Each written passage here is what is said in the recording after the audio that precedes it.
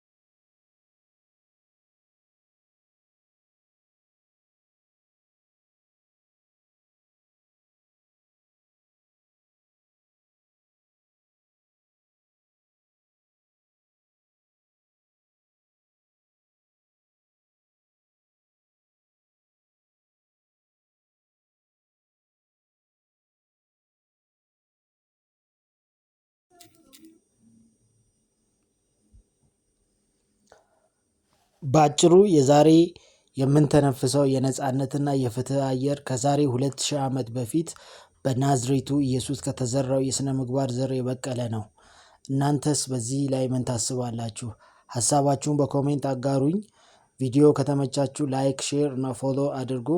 ይመቻችሁ።